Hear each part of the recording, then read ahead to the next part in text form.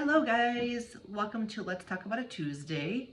I know what I'm talking about today. I've had a request from several people to talk about crating your dog, crate training. Some people love it, other people are nervous about it. Some people have a negative view on it. I love crate training, okay? It's one of the best things you can do for your dog. It keeps them safe, it gives them a place to go to that they feel comfortable. It keeps them out of trouble. It allows them a place to be while you're not home and not feeling like they're in this large environment of your house and all by themselves. So talking about crate training today, when you bring a young puppy home, it's so enticing to toss them into bed with you to sleep at night and to avoid putting them in a crate while you're not home. People think the crate is nasty and mean and it's like having them in a jail cell, like a prison. That is not the case at all. You will be so happy if you properly train your dog to be in a crate instead of mischief. Mischief means emergencies. Dogs get into things that we don't intend to happen, whether it's a house plant, a bottle that got left on the floor, a plastic bottle, they're chewing off a cap, they're eating things from snacks that kids may have left around that you didn't know, and now you're not there to supervise and the dog is getting into it. So the crate is your friend, the crate is your dog's friend. Use it. Do not be nervous about it and don't worry what other people tell you. It is not a negative thing, okay? So let's see here. The one thing about crate training too is that when people get agitated with their dogs, especially young puppies, they get into trouble, we get frustrated and we're looking for a break. We oftentimes will take the dog and put it in the crate and say, this is like their timeout. So one thing I want you to remember is that if you start attaching negative experiences to your crate, you are going to have a dog that starts resisting the crate. So if your dog is aggravating you and you know that you need a break, I understand that. You've had enough, the dog's had enough, you need some time away and the dog needs to, settle down and have a timeout. So what you want to do with something like that is that you want to put in there what I call a buffer. A buffer means that, yes, I understand you're frustrated. Yes, I understand that the end result is the dog's going to go into crate for a while, but you want to do something with your dog in between there to kind of change the mindset. So, they just peed on the rug. They just were caught chewing the leg of your table. They were chewing your shoe. I get it. You're frustrated. You're angry. Don't scoop your dog up and make it known that you're upset and angry and put the dog in the crate as a punishment. Rethink things. You're the human being. You're the adult. Kind of suppress that anger in the moment and realize that for the most part, those types of behaviors out of dogs are not intentional. They are out of boredom or frustration or seeking of attention. So, with puppies, they're teething. Their mouth is on everything. They're chewing your hands. They're chewing their toys. They're chewing your belongings, your furniture. And that's just the nature of the beast of having a puppy. It's just something you signed up for. So a buffer means find something to do with your dog, even if it's for 30 seconds, that kind of retrains the mind, or I should say redirects the mind, because you can redirect the mind of a dog quickly, okay? As smart as they are, they can be distracted in a heartbeat. You know how it is. You go outside, they see a leaf blow, they hear a siren, they hear a car go by, and they're on to the next activity, and they forgot what you were just doing. So put a buffer in there. Toss a ball for your dog, do a quick training exercise, get out some treats and work with them and have them do some sits and stays and down stays or whatever it needs to be. And then with the intent of giving them some crate time. So yes, you're frustrated with what they just did. You need a break, they need a break.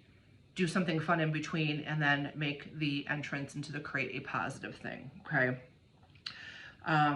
Potty training goes hand in hand with crate training. You got a young puppy. If you are not supervising your puppy and they have the run of the house, they are going to go places and pee. That is how it goes. They're going to go places and poop. That is how it goes. The less space they have and the less access to all the rooms of the house, the better off they're going to be. So if you can't be watching your puppy, And I mean like literally interacting or having your eyes on them. I don't mean like doing dishes and they're roaming around 2 rooms over, but you're still feeling like, hey, I'm home and I'm, checking on them every couple minutes. That's not supervising your puppy. Your puppy that means you are with them and you're interacting and your eyes are on them. If you can't be doing that, your puppy needs to be in the crate, okay? You can have this go hand in hand with pottying because you take your dog out to go to the bathroom, they get some crate time, half hour, 45 minutes, you can go back in, take them out, they go right outside and do their business, okay? So they started developing this pattern of when I'm in the crate, I'm not pottying. Before I go in the crate, I get my chance to do my business, and when I get out, I go right out and do my business. Therefore, as you work up to longer times where maybe you're going to work for several hours before somebody's letting your puppy out, they have their mind trained that doing their business in the crate is not acceptable, and they get a chance to do it before they go in the crate, and then when they're let out, they know that is time to go outside and do their business. So potty training and crate training is very much intertwined. Potty training is a whole system in itself. If you are not having success with that right now, get with me, shoot me a message, shoot me a text, and schedule a session with me, and I can get you on the right track for potty training, okay? So what are you putting in your crate? What are you putting in there with your dog? If your dog is young and is still chewing things and tearing things apart, or even sometimes middle-aged or older dogs are just destructive with items in their crate, you're not putting those things in there then. Yes, I understand we don't want to have our dogs laying on the hard crate. And in a case like that, maybe having a blanket or a pillow or a towel is difficult because maybe they're destroying it throughout the day, but you can find some crate liners that have a foam in them, and then they have a cover sewed around them that is not as easy to get their teeth around. I'm not saying a dog can't do it because some of them are crazy enough to get it accomplished, but be careful what you're putting in there. You're not putting in bones that are super tiny. You're not giving your dog new things to chew in the crate while you're gone. This is not experimental time. You're giving them things you know they're going to be safe, that they're not going to choke on, that they're not going to maybe have a food stuffed into a Kong for the first time while they're alone and you're at work, because what happens if they're having an allergic reaction to it? What happens if it doesn't sit well in their stomach and then they have to go to the bathroom or they're throwing up? So you don't want to try new things in the crate for the first time, okay? You want to put things in there that are comforting, familiar, that you feel good about, and that you know that they're safe with. That brings me on to collars. I always say knowledge is power, right? Please do not leave your dogs in the crate with a collar on. There's been too many stories of dogs getting hung. They're jumping around, especially if they're a young puppy. It could happen to any dog. The rabies tag, the identification collar, or tag is hanging off the collar. They're moving around in a way inside the crate and it gets hooked, and then they get frantic. When a dog is hooked on something, whether it's another dog, two collars getting together and they're trying to pull apart, whether it's hooked on the crate rungs and they can't get loose. It could be something as simple as a forced air vent on the ground in your house if your dog is not in the crate when you're not home. All those things can happen quickly, and I've read many stories, and you probably have too, of dogs strangling themselves or getting seriously injured, if not killed, by having their collar get hooked on something and causing, a tragedy. So no collars on dogs in crates. Really, honestly, I don't use collars at my house on my dogs at all. So if we are going outside, now mind you, I have a fenced yard and I'm supervising. If your yard is fenced, but you still have to be mindful of, can your dog get loose? Can they get under the fence? Can they get out of the gate? Things like that. You want to have identification on your dogs, obviously. So make it a habit. Have your collars hanging near your door. Tell your people who are letting your dogs out, hey, listen, make sure that the outside doors and everything are closed before you go let my dog out of the crate, so that they don't run out of the crate and head out the door. They have no identification on. So you gotta be having a plan here. Have your collars either sitting near your crate or near your door. Hook the collar on as part of the process of going outside. Because you're going to need it if you're putting a leash on anyways, or again, if they're running around in your yard, you should still be mindful of the fact that they can get loose because it happens all the time. So in my opinion, and again, this is just knowledge is power, and what I do with my own dogs and what I recommend that people really think through is what kind of things can go wrong if your dog has a collar on in the crate and at home while you are not there supervising. Back to things that you're leaving in the crate. If you're going to be gone for an extended period of time, think about that for a second, okay? This is part of the reason why people decide they're not going to crate train, because they don't want to leave their dog for excessive time frames without getting them out and letting them exercise and use the bathroom or whatnot. If you are going to be gone for 8-10 hours, it's logical to be thinking that that's a long time for your dog to be alone. You know, it's an investment when you're purchasing a dog, when you're adopting a dog. Having a dog walker come partway through the day, having a family member let your dog out of the crate. A lot of times dogs don't start off the day destructive, but when they're on hour 6 or 7, they're looking for something to do. And that's where destruction comes in with whatever's inside that crate. They start going crazy on it and figuring out, you know, shredding up a pillow is fun at that point because what else is there to do? So think about, you know, the dynamic of the crate and what you're expecting out of your dog while they're in there. And that can probably shed some light on the situations that you're dealing with as far as like, are they destroying things or are they pottying in the crate? You know, an older dog, middle-aged dog, you know, if they can hold their urine and things like that for longer. Young puppies, they can't. They're going to need to go out to the bathroom after a couple hours. So be logical when you're getting a new dog and a new puppy and have a plan in place for them so that they are not failing at this crate training and they are not going to the bathroom and sitting in their own waste throughout the day. You don't need to give your dog a bowl of food when they're in there. If you're leaving your dog alone for an extended period of time where you feel like a meal needs to be covered because they're in there for 8-9 hours, they're probably in there too long. Leaving bowls of food in the crate encourages your dog to eat them and have to go to the bathroom. They're not going to eat a bowl of food and then 8 hours later not have to get outside. If you're leaving water, I recommend that you leave like, you can buy those bowls or like little containers that attach onto the inside of the crate. It's like a bowl or something maybe you would use for like a rabbit cage. They work on a dog crate too. You can also get the water bottles where the dog can actually learn to lick at that water bottle to get some water. So that's perfectly fine too. They don't need to have massive amounts of water. If you feel like they're going to dehydrate in the crate, ask yourself some questions. Is the house too warm? Do you need to run air conditioning? Do you need to have the crate in a different part of the house that is not so closed up in one room, but you know, where there's more air ventilation? So think about all these things when you're trying to make a plan for your dog crate and what's going to work best. Think about the environment that they're in, the people that you have helping, and just realize that a lot of times with crate training and being comfortable in a crate, less is more. They don't need to have so much stuff in there. And sometimes we're setting ourselves up for the problems that we can avoid if we would just think through the whole plan, okay? You know, back with the food thing too, your dog isn't going to save that food most likely and say, well, I think I'll eat this around noon when lunchtime comes. Most likely you put the food in there or the Kong and they're eating it right away. So you can't say to yourself, I'm going to put this food in the crate at 8 o'clock in the morning. They'll probably eat it around 11 or 12 and then I'll be home around 2:30 to let them out of the crate. That's not how it's happening. They're probably eating that stuff most likely right away and then having to use the bathroom. So less is more.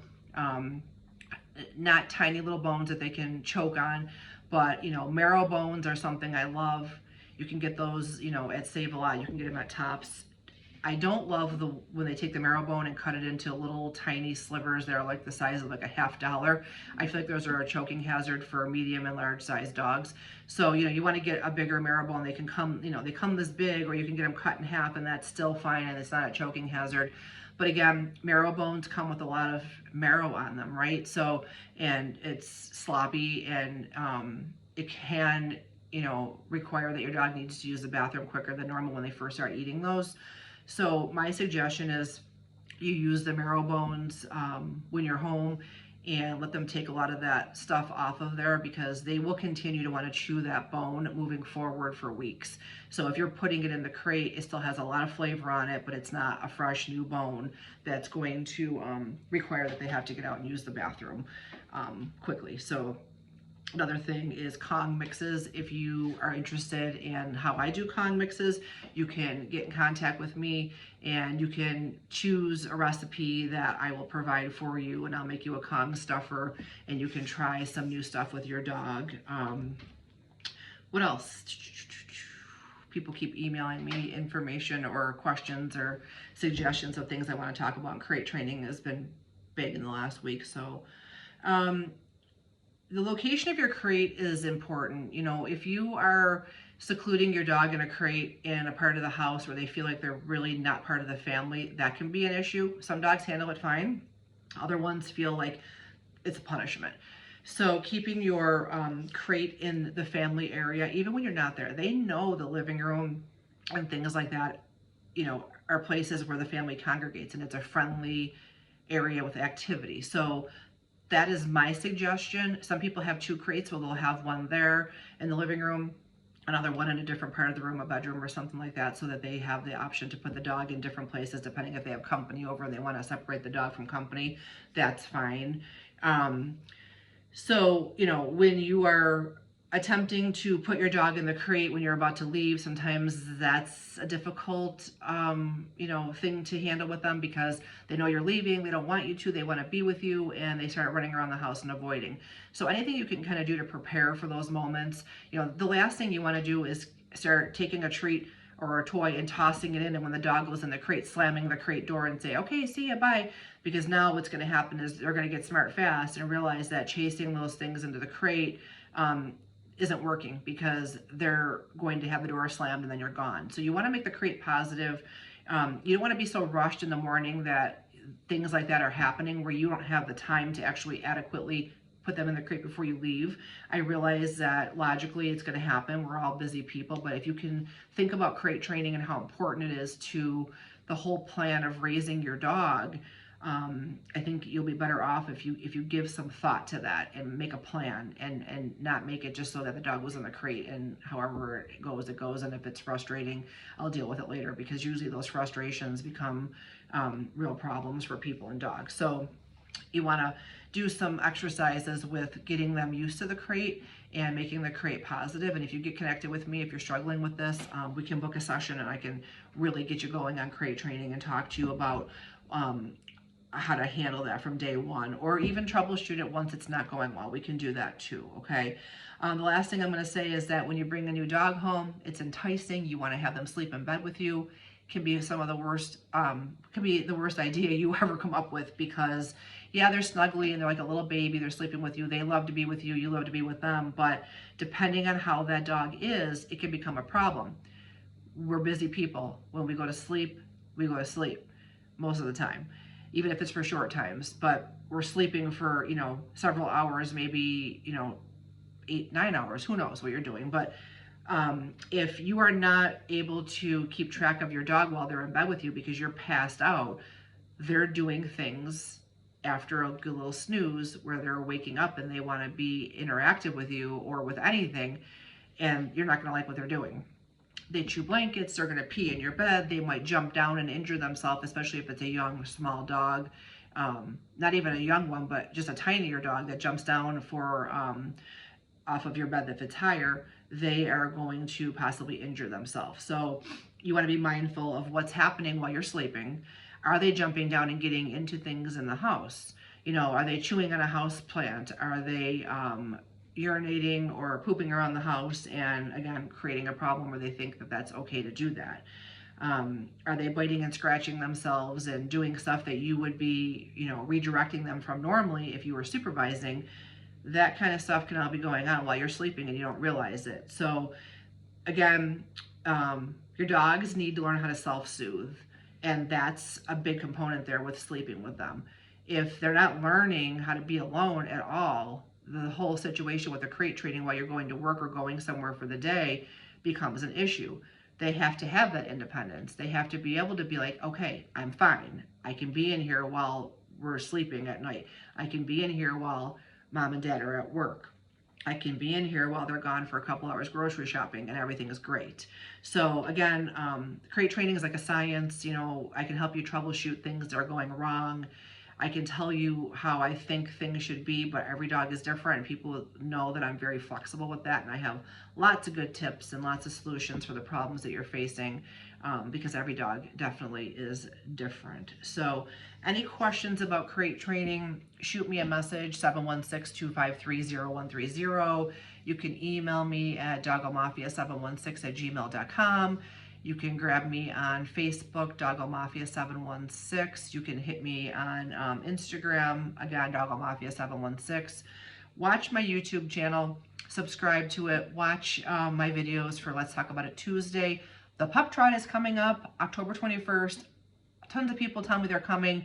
People register at the last minute. I don't love that. Think about it as a business owner. I need to be prepared. I have some different things I'm doing this time for you guys at check-in, and I need to know my numbers. So please, if you're coming to the Pup Trot, get yourself registered, doggomafia.com, or you can contact me at any of those things I just mentioned a second ago, as far as my number and my email and things like that. Get yourself registered. Don't forget, Lucy is leading the Pup Trot, and $10 from every registration is going to that family so they can pay it forward to a group out there that of their choice, whoever they want to donate to that's out there looking for lost dogs or cats. Those groups are fantastic and valuable, and while we hope we never need to use them, we all know it can happen on a dime. Dogs and cats come up missing unexpectedly, and it's those groups are, I can't say enough good stuff about them. They are out there spending a lot of their time away from their families trying to search to reunite us with our pets that are missing. So again, Pup Trot, October 21st. There's a costume contest attached to it. We got some great people coming to judge that. Golden Paws is going to be there. 716 Paws, which is a rescue group, is going to be there. State Farm is coming because they have information to give out about pet insurance. And who else? Zulu Tales is going to be there. And we have, they're a pet identification company. They have cool information to give out to let's see, Posh, I think it's Posh Pets. I keep looking at her thing for her. She's a groomer, Allie the groomer, I call her. She's going to be there too, giving out her information. She's going to do nail trims after the costume contest, $10 nail trims. If your dog's nails need to be cut, get them done. It'll only take her a minute and you will be off and on your way. So October 21st, Pup Trot costume contest, nail trims if you desire. And those are our panel of judges. They will also have information that will be included in your check-in bag. And you can also talk to them if you have any information or need any information about the services they provide. So, okay guys, have a great Tuesday, and I will see you next week.